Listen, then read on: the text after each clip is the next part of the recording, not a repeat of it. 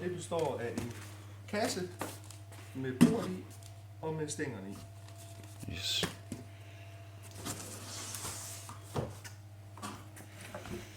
Så har vi en hylde. Og vi har en forplade.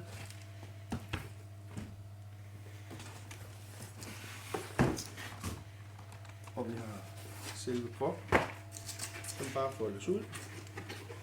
Se, den er der. Folder lige ud i den lomme.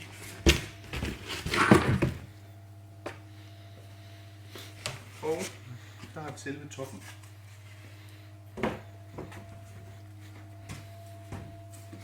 Så har vi hylden. Kan kun vende på en måde, fordi de her skal passe ind i dem der omme i ryggen. Hvis de går lidt stramt første gang, så må det gerne trykkes. Lukker den i. Og lukker i.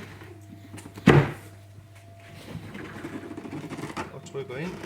Og trykker ind. Så har vi bordpladen.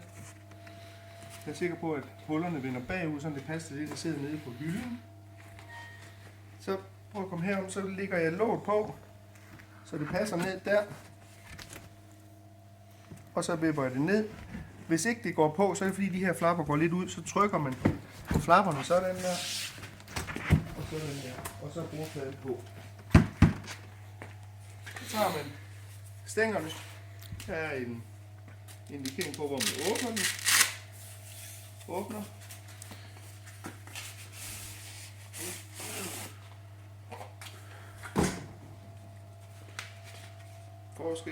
Forskellige top og bund. De der skal være i toppen, og de andre skal ned igennem.